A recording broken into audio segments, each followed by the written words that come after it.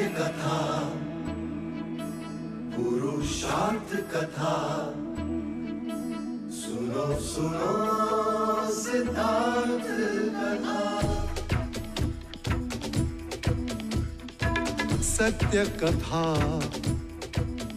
पुरुषार्थ कथा, सुनो सुनो सिद्धार्थ कथा।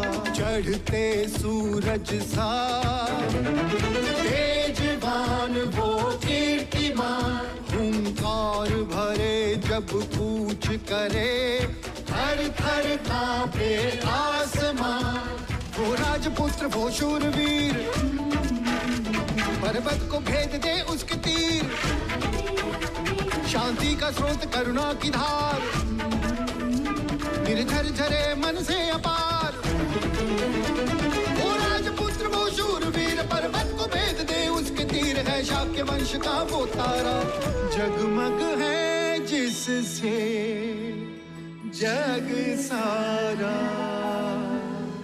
सत्य कथा, पुरुषार्थ कथा, सुनो सुनो सिद्धार्थ कथा।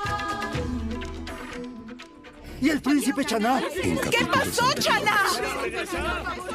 ¿Se volvió ascético? Por favor, Chaná, dinos. Ya no vino. Aquí es la ermita del gurú Al-Arkalam. ¿Y el gurú Al-Arkalam me hará su discípulo?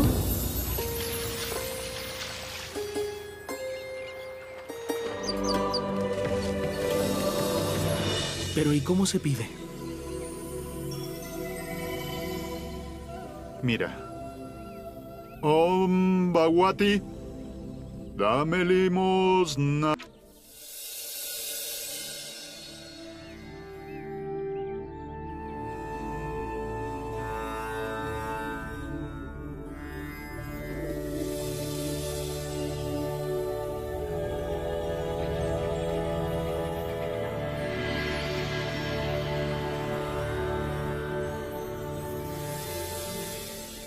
प्रणाम गुरुवर्य।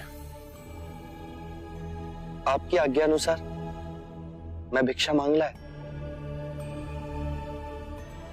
तुम स्वयं भिक्षा मांग लाए हो?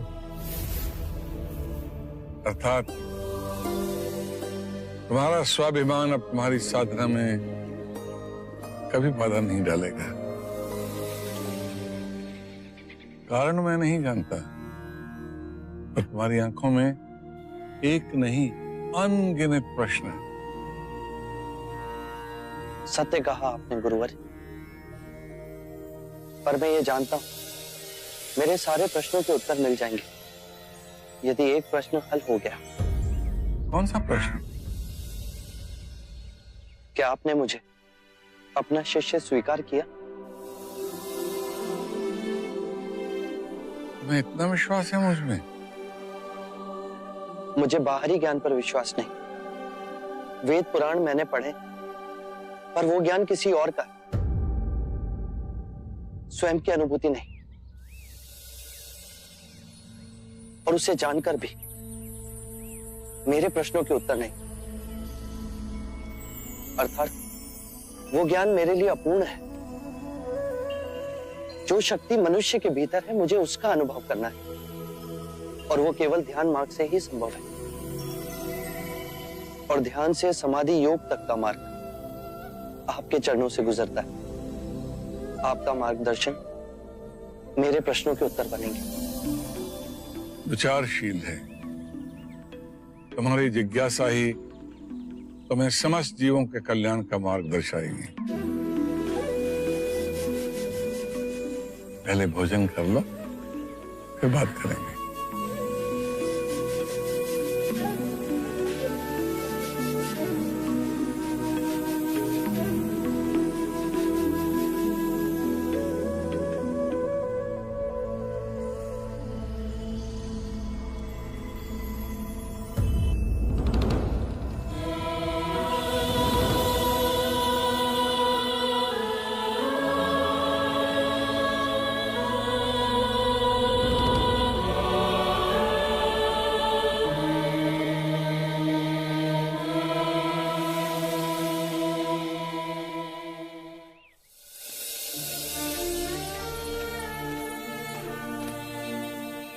आप प्रयत्न कीजिए। जब से हम युवराज को छोड़कर आए हैं तब से ना तो इसने घास का एक तिनका खाया है, ना ही पानी की एक बूंद पी।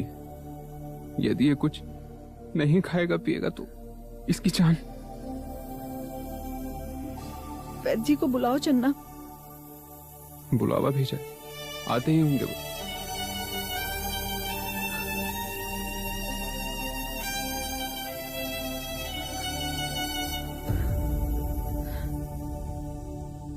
तुम्हारी तरह मुझे भी कुछ खाना पीना अच्छा नहीं लगता, पर माँ कहती है जीने के लिए खाना तो पड़ेगा ही। लो।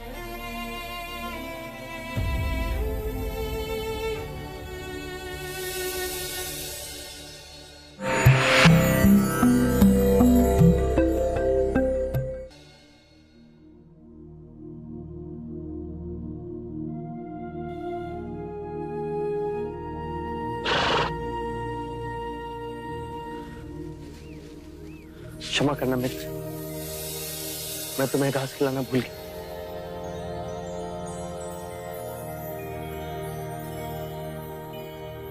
ध्यान का समय हो चुका वत्स। जी अभी आए। गुरुवर, क्या मैं इस अश्व को कंतक कह के बुला सकता हूँ? तुम तो रिश्ते नाते तोड़ के आए हो, नए संबंध बना रहे हो। इस अश्व को देखकर मुझे मेरे कंतक की याद आ गई। इन्हीं स्मृतियों से मुक्ति पाने का नाम ध्यान।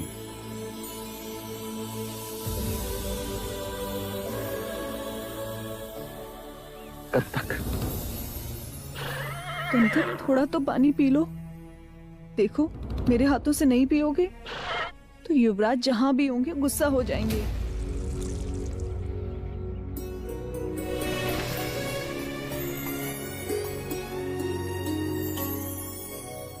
ले, पानी पी ले कंतक।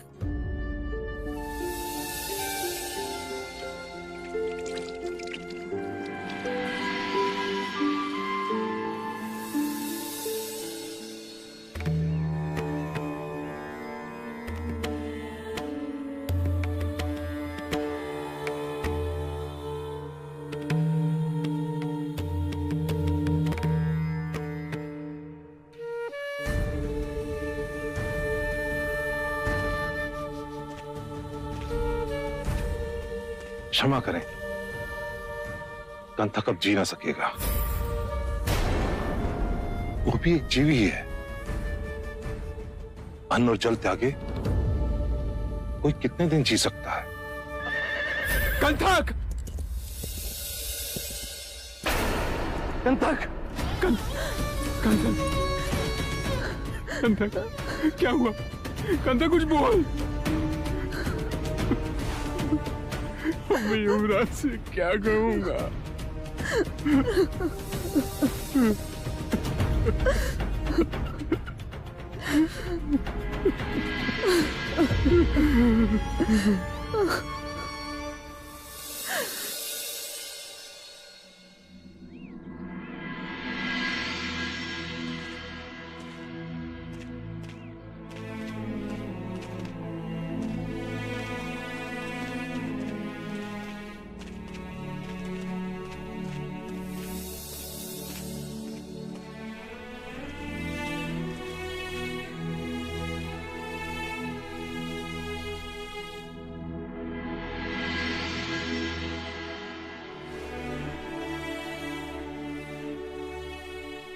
इसने पशु होकर सिद्धार्थ के स्नेह को पहचान लिया, परंतु हम उसके मूल्य को नहीं पहचान सके।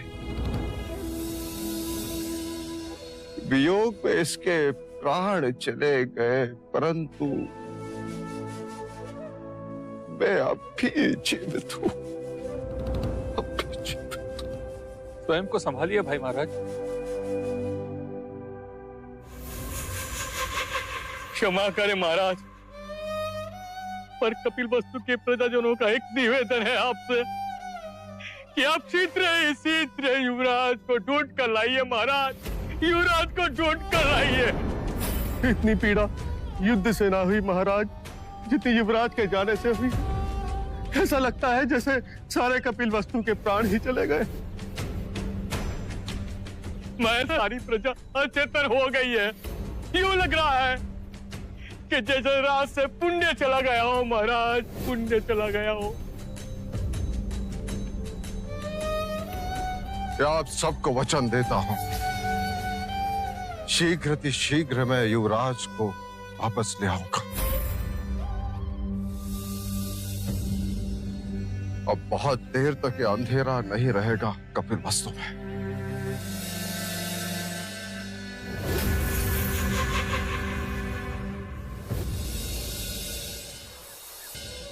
Aún no me acepta como un discípulo. Cuando le pido que me acepte como uno, me evita con una sonrisa.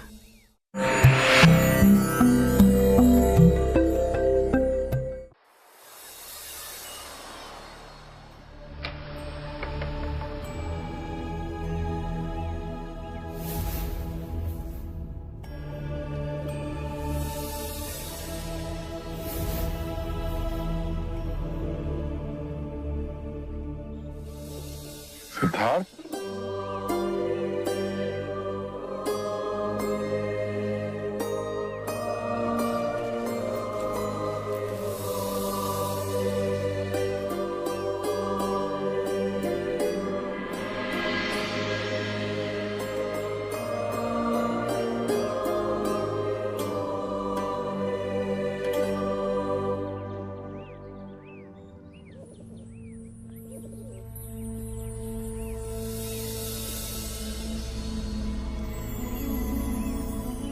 गुरुवर्य, गुरुवर्य।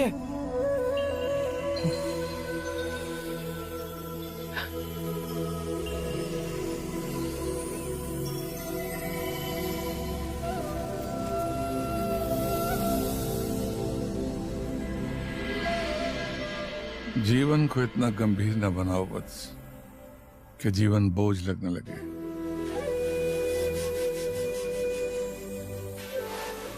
कल पूरी रात सर्दी में तुम ठिठुरते रहे। शिष्यों की कुटिया में क्यों नहीं गए?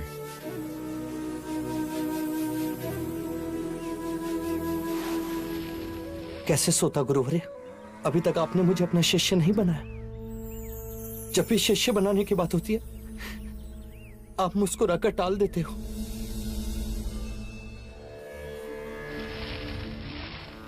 शिष्य अपना गुरु स्वयं चुनता है। गुरु तो केवल संकेत पड़ता है कि जो व्यक्ति सामने है उसमें शिष्य बनने की योग्यता है या नहीं। तुम जब से यहां आए हो मैं तुम्हारे लक्षण देख रहा हूं, तुम्हें परख रहा हूं। आप मुझे जितना चाहे परख ले, आप मुझे जिस कसौटी पर उतारेंगे मैं उतरूंगा। बस आप मुझे अपना शिष्य बना लीजिए। ज्ञान की खोज में इतने प्यासे आए यहां, लेकिन जो तीव्रता तुम्हारी प्यास में है किसी में नहीं देखी। तुम में वो सब गुण हैं जो एक गुरु अपने शिष्य में खोजता है। तुम्हें दया है, सरलता है और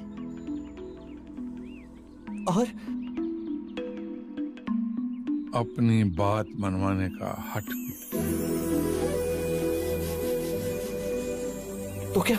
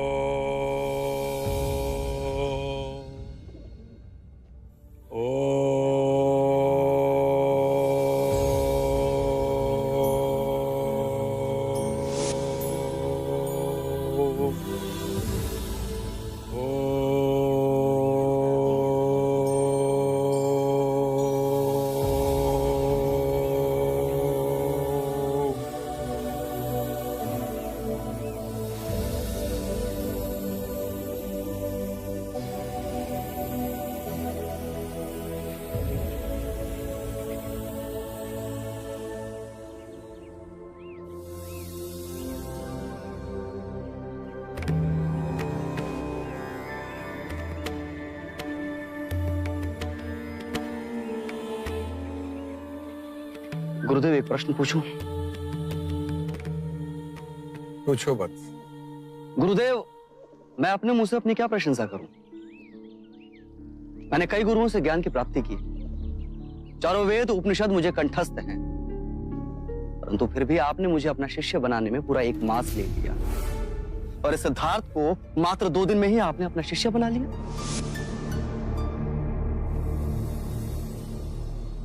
सच्चा ज्ञान वो होता है जैसे सागर में नमक घुल जाए, फिर नमक का अस्तित्व कहां रहता है? यदि मैं इस पात्र के पानी में थोड़ी सी रेत मिला दूं, तो योग के संदर्भ में तुम इसे क्या कहोगे? गुरुदेव, ये तो बहुत सामान्य सी बात है। रेत जैसे ही नीचे बैठेगी, जल स्वच्छ हो जाएगा और जल पीने योग्य हो जाएगा। मेरा प्रश्न योग के संदर्भ में है। सिद्धार्थ। जी गुरुदेव। क्या तुम इस भेद को समझा सकते हो? जी गुरुदेव, ये रेत के कण काम, क्रोध, मद और लोभ के प्रतीक हैं। जब ये चित्त से दूर जाते हैं तो निर्मल जल रूपी ध्यान प्राप्त होता है। चंद्रपत, तुम्हें तुम्हारे प्रश्न का उत्तर मिल गया होगा। मैंने सिद्धार्थ को 2 ही दिन में अपना शिष्य क्यों बना लिया?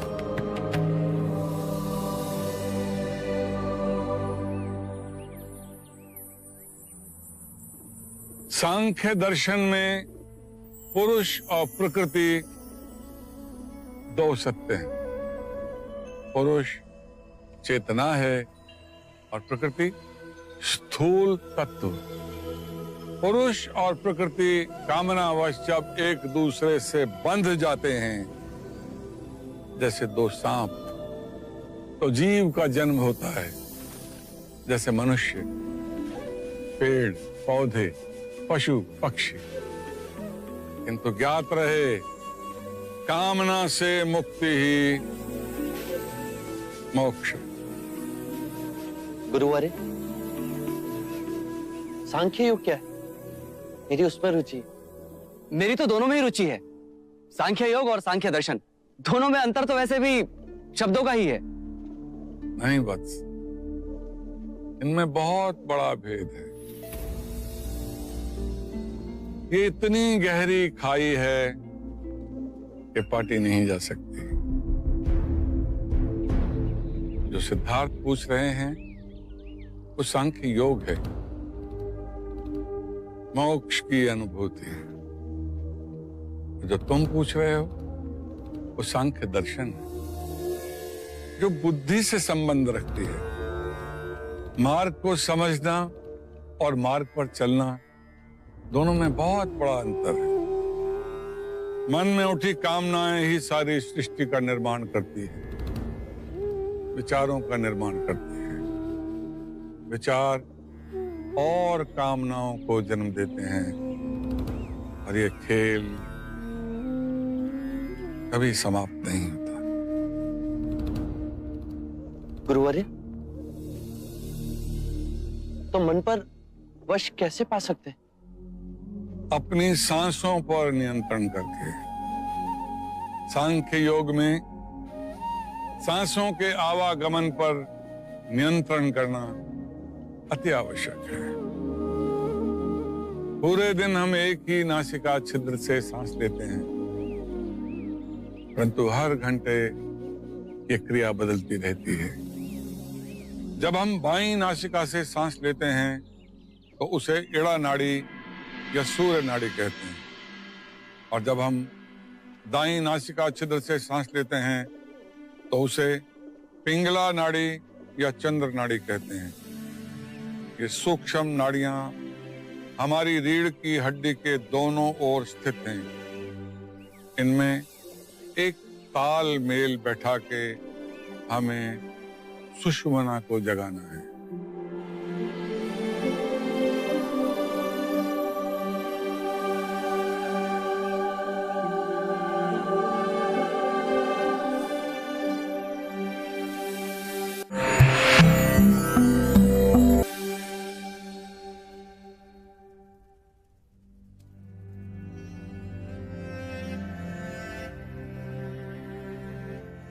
लगता है ज्वर उतर रहा।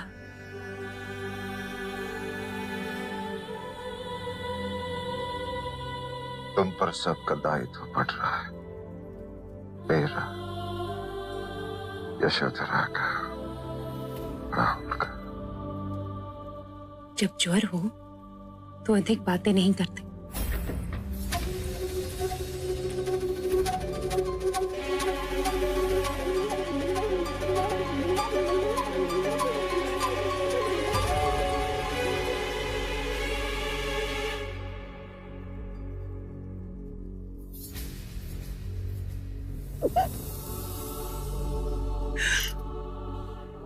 अमिता दीदी,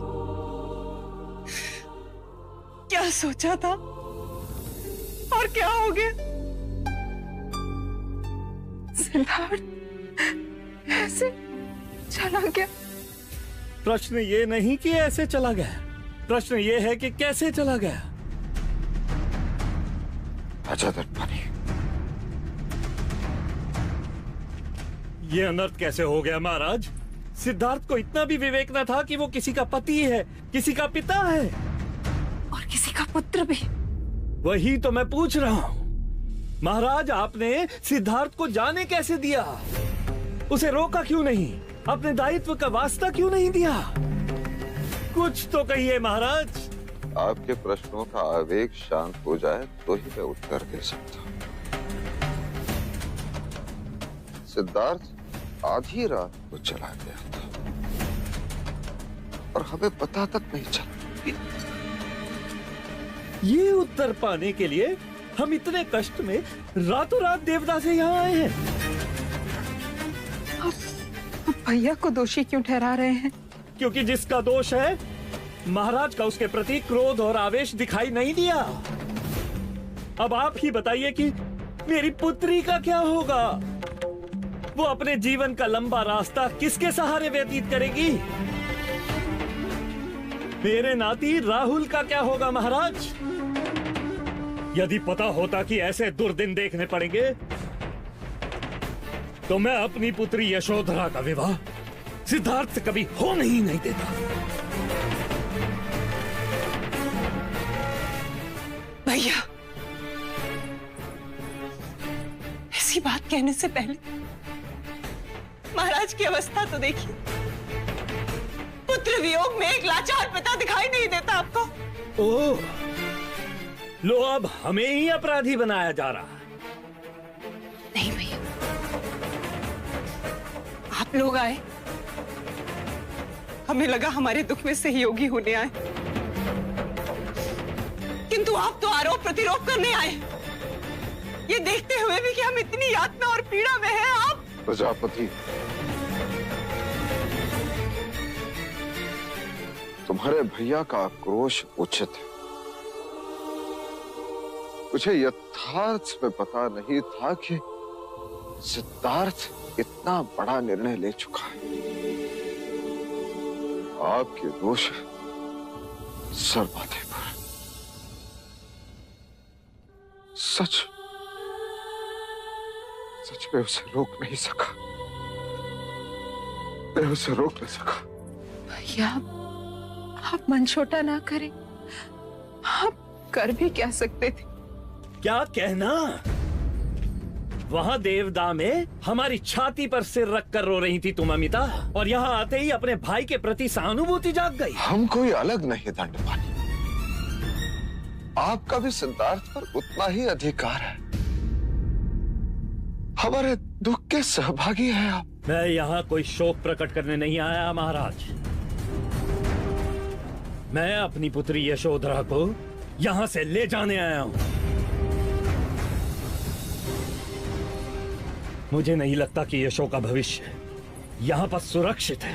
भैया, आप जानते भी हैं कि आप क्या कह रहे हैं? शांत हो जाओ। इन्हें हम पर विश्वास नहीं।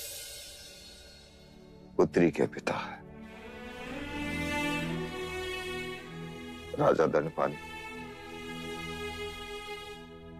यशोधरा पे ना आप दबाव डालेंगे ना हम।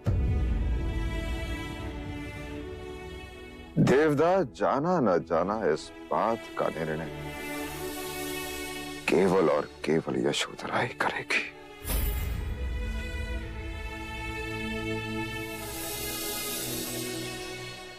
Definitivamente mi esposo volverá cuando encuentre todo. ¿Un ave enjaulada va a regresar a su jaula si la liberas? ¿En verdad crees que va a regresar después de ser libre? Es la diferencia entre un ave y una persona.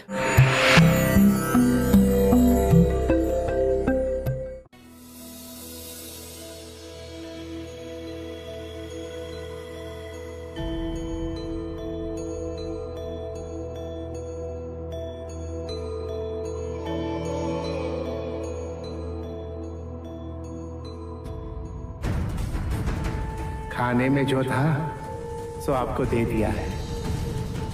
आपका पूरा परिवार इतने चावल में कैसे निर्वाह कर लेता है? पानी।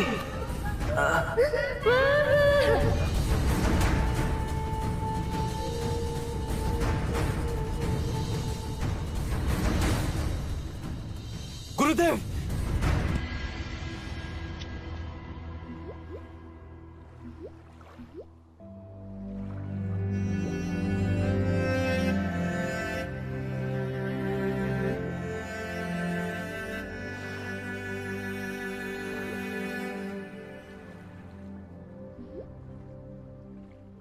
तुम्हारी अशांति का कारण? गुरुदेव, मैं ध्यान नहीं लगा पा रहा हूं। मन व्याकुल है। मैं गहरी पीड़ा अनुभव कर रहा हूं। क्या मुझे पूर्ण शांति प्राप्त नहीं होगी?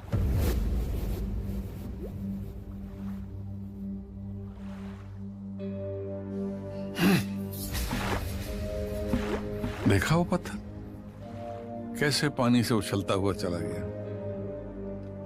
देखो वत्स,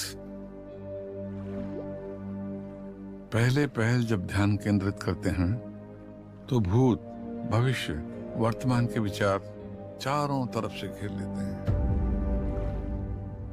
वो बादल देख रहे हो?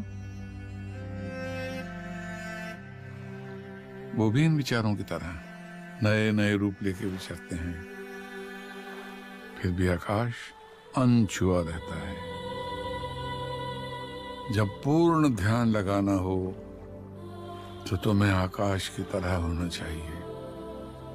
विचार आएंगे, काल की तरह तुम्हें चारों ओर से घेर लेंगे, पर तुम्हारा मन सांसों के आवागमन पर केंद्रित रहना चाहिए। फिर एक समय आएगा जब तुम्हें शून्य का अनुभव होगा। तब तुम्हारी सारी पीड़ाएं, सारे दुख, सारे संताप ऐसे उड़ जाएंगे जैसे वो बादल।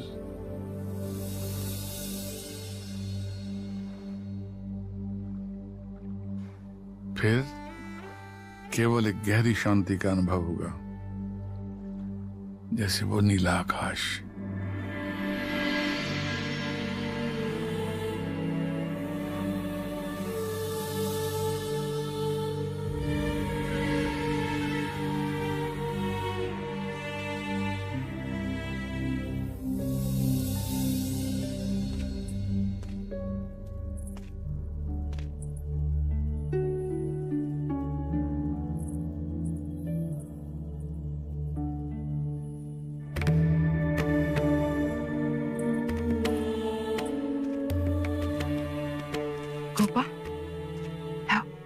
मेरा नाती मुझे दो। माँ, वो मेरे सिवा किसी और के पास नहीं रहता। इतने छोटे बच्चे को कितनी जल्दी अपने माता पिता से इतना मोह हो जाता है, और इसके स्वार्थी पिता को इससे तनिक भी मोह ना हुआ। पिताजी। यशो, पुत्र, तुझे हम यहां से देवदा ले जाने आए हैं। सिद्धार्थ के जाने के बाद वैसे भी यहां बचा ही क्या है? जिसका पति उसकी रक्षा ना कर सका हो, उस अबला नारी का उसके माता पिता के सिवा और कौन सहारा?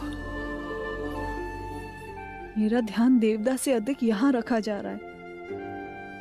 मेरी सास का मेरे प्रति इतना स्नेह है कि आज तक मुझे मेरी माँ का अभाव ना लगा। महाराज मेरी हर बात मानते हैं। यहाँ मैंने कुछ बोला और वो तुरंत हो जाता है। परंतु तेरे पति के जाने के बाद ये नाते बंधन सब टूट ही गए ना। ये आप क्या कह रहे हैं? विवाह का बंधन तो 7 जन्मों का होता है पिताजी। वो ऐसे कैसे टूट सकता है? मैंने सिद्धार्थ को वचन दिया था कि मैं उनके परिवार का उतना ही ध्यान रखूंगी जितना वो रखते थे। मैं राहुल को पाल पोस कर बड़ा करूंगी। और आप मुझे मेरे वचन से पलटने को कह रहे हैं? जिस पति ने पलायन किया, वो पलायन करके नहीं गए, मेरी अनुमति लेकर गए हैं। और वो अपने प्रश्नों का उत्तर पाकर अवश्य लौटेंगे। मति मारी गई है तेरी। पिंजरे से छूटा पंछी आकाश में उड़ने के पश्चात उसी पिंजरे में बंदी बनने आया है क्या कभी? पंछी और मनुष्य में यही अंतर होता है, वो लौटेंगे। समझाओ इसे अमिता, कुछ समझाओ। मैं तेरा पिता, तेरा शुभ चिंतक होने के नाते तुझसे कह रहा हूँ कि तुम हमारे साथ देवदा चल। अपने प्राणों से अधिक प्रेम करने वाली आपकी पुत्री आपसे विनती कर रही है कि मुझे मेरे घर से दूर ना करे। तुझे इसी समय हमारे साथ देवदा चलना होगा, ये मेरी आज्ञा है। क्षमा करें, मुझे मेरे ससुर महाराज ने ये अधिकार दिया है कि मैं ये निर्णय स्वयं ले सकूं। मैं कपिल वस्तु में ही रहूंगी और यही मेरा अंतिम निर्णय है।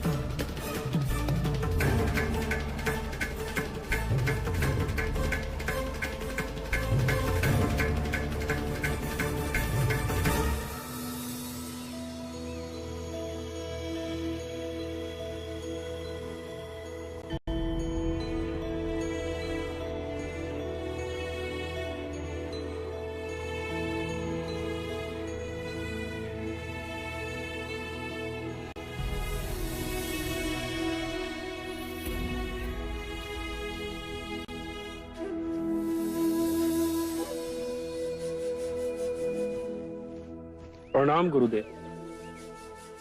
सिद्धार्थ कहाँ है? गुरुदेव, वो ध्यान में है। मैंने उन्हें उठाना उचित नहीं समझा। ज्ञान प्राप्त करने के लिए सिद्धार्थ के मन में बड़ी तड़प है। ऐसा प्रतीत होता है ज्ञान के मार्ग पर चलने तो अपने समस्त भौतिक सुख चैन छोड़कर आया। क्षमा करें गुरुदेव, मैं अपने मुंह से अपनी क्या प्रशंसा करूं, परंतु सिद्धार्थ से बड़ा त्यागी मैं हूं। मैं तो ऐसे ऐसे सुख चैन छोड़कर यहां आया हूं कि आप चकित रह जाएंगे गुरुदेव। अंग देश के सबसे बड़े व्यापारी का पुत्र हूं मैं। और वो है सिद्धार्थ गौतम।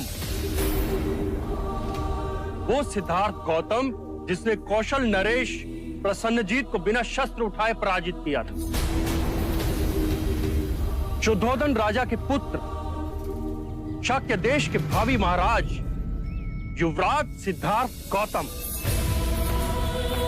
अब कहिए, ज्ञान प्राप्त करने की तीव्रता किसमें अधिक है?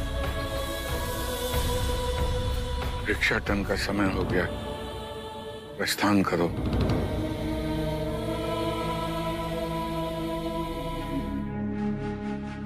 सचमुच विश्वास नहीं होता, इतने बड़े राजा का पुत्र भिक्षु। अरे और तो और उनके व्यवहार में अभिमान की बू तक नहीं है। तो ये हैं सिद्धार्थ गौतम, इनके बारे में असित मुनि ने भविष्यवाणी की थी। सिद्धार्थ जिनके बारे में कहा गया है कि वो मनुष्यों को दुख और पीड़ा के मार्ग से सुख शांति के मार्ग पर ले जाएंगे। वो सिद्धार्थ युग पुरुष कहलाएंगे। उन्होंने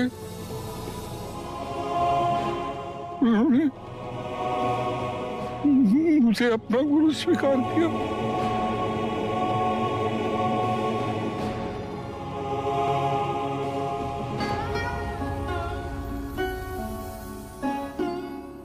मैं नहीं जानता मैं इस योग्य हूं भी कि नहीं।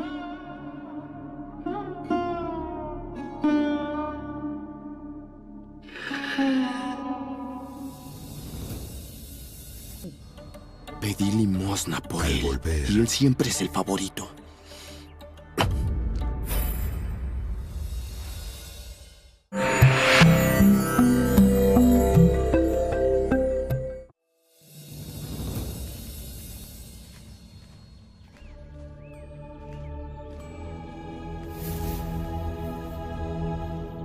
कैसे आनंद से ध्यान में मग्न बैठे हैं युवराज।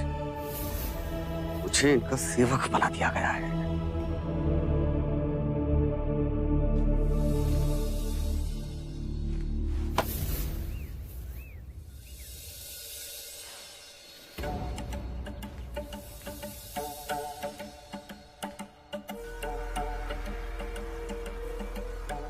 इसके लिए भिक्षा मांगू मैं, गुरु का चहेता बनेंगे।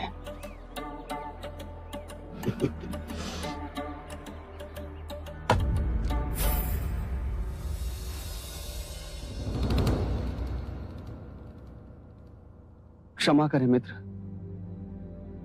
तुम्हें भिक्षा देकर जा रहा था कि मेरा भिक्षा पात्र बिखर गया। ऐसा भाग्य पाया है मैंने।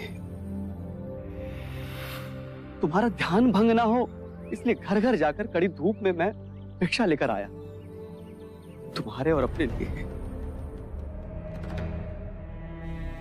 पांव में छाले भी पड़ गए और देखो मेरी भिक्षा धूल में मिल गई।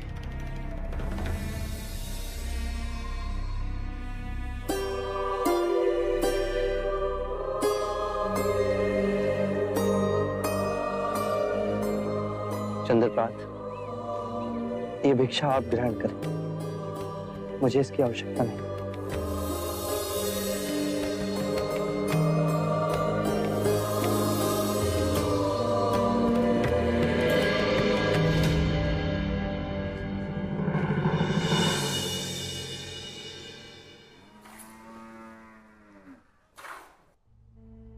सिद्धार्थ,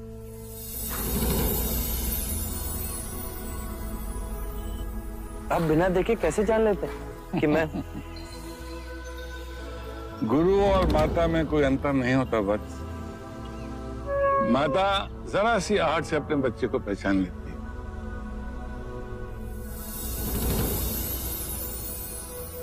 लो, ये पियो। ये सात्विक आहार से मन को शांति मिलती है। आपकी करुणा का पात्र हूं या नहीं ये तो मैं नहीं जानता, परंतु आपसे एक विनती। कहो। जब भिक्षा मांगने का समय हो तो आप मुझे ध्यान से उठा दिया करें। मैं नहीं चाहता कि मेरे कारण किसी और को कष्ट हो। किसको कष्ट हुआ?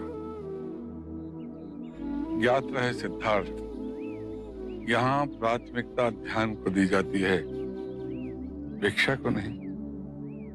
गुरु हूं मैं तुम्हारा, भली भांत जानता हूं कि कौन ध्यान के योग्य है और कौन भिक्षा के। संकोच न करो और बताओ कि तुम ध्यान की अनुभूति में कहां तक पहुंचे। गुरुवरी, पहले पहले तो ऐसा लगा जैसे मैं हवा में उड़ रहा हूं, और फिर समय का ज्ञान धीरे धीरे जाता रहा। अति शुभ लक्षण। और फिर शून्य अवकाश की अनुभूति हुई, और जैसे ही मेरा ध्यान टूटा मुझे पीड़ा ने आ घेर लिया, और फिर मेरा मन व्याकुल होने लगा। मन के विचलित होने पर दुखी होने की आवश्यकता नहीं है।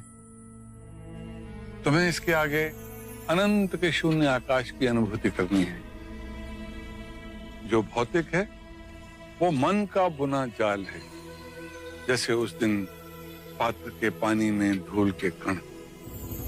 तुम्हें स्थिर नहीं होना, मन के और भीतर जाओगे तो पाओगे वहां कुछ भी नहीं, पूर्ण शून्य, पूर्ण शून्य। अपना दीप जलाओ, अडिग रहो, मन डोले तो तुम नहीं डोलो।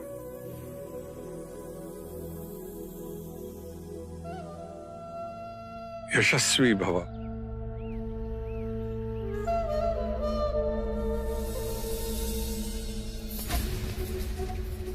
महाराज, हमें यशोधरा और सिद्धार्थ के दाम्पत्य जीवन के बारे में गंभीरता से कुछ सोचना चाहिए। यूं हाथ पे हाथ धरे बैठे रहे तो बहुत देर हो जाएगी।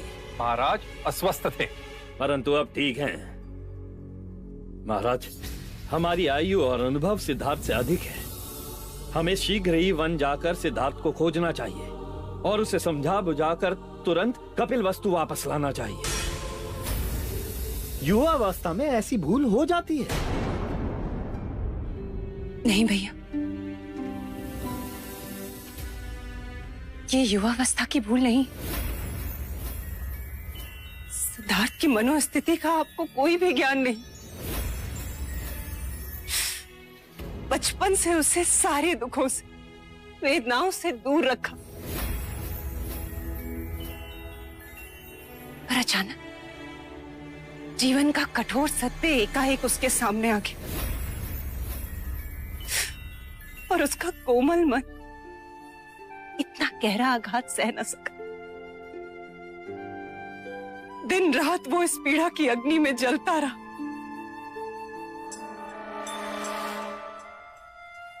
उसने ये निश्चय सोचकर किया। सत्य कहा महादेवी ने महाराज। सिद्धार्थ को इस मानसिक स्थिति में यहां लाएंगे तो वो पागल हो जाएगा।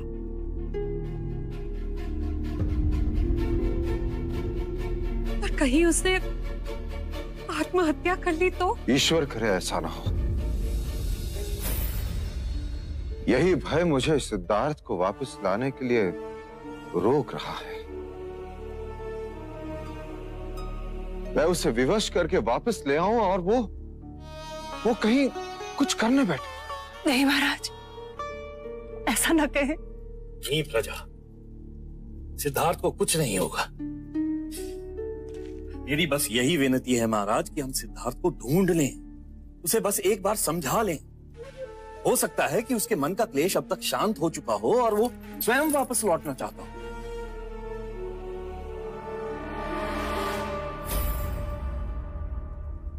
ठीक है, प्रयत्न करना हमारे बस में है, परंतु उस प्रयत्न का फल हमारे मन अनुसार हो, इसकी कामना हम नहीं कर सकते।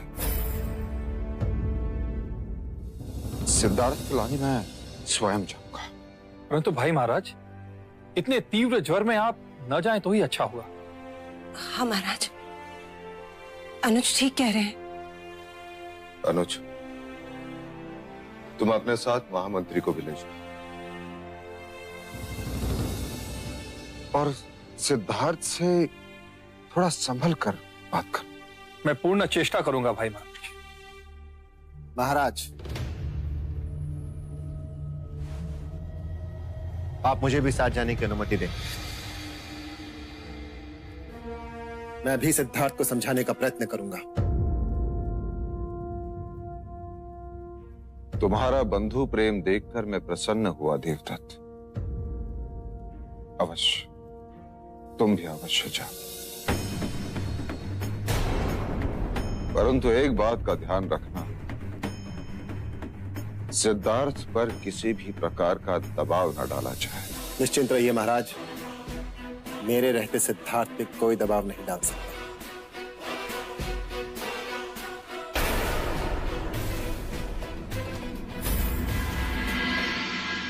सत्य कथा, पुरुषार्थ कथा, सुनो सुनो सिद्धार्थ कथा।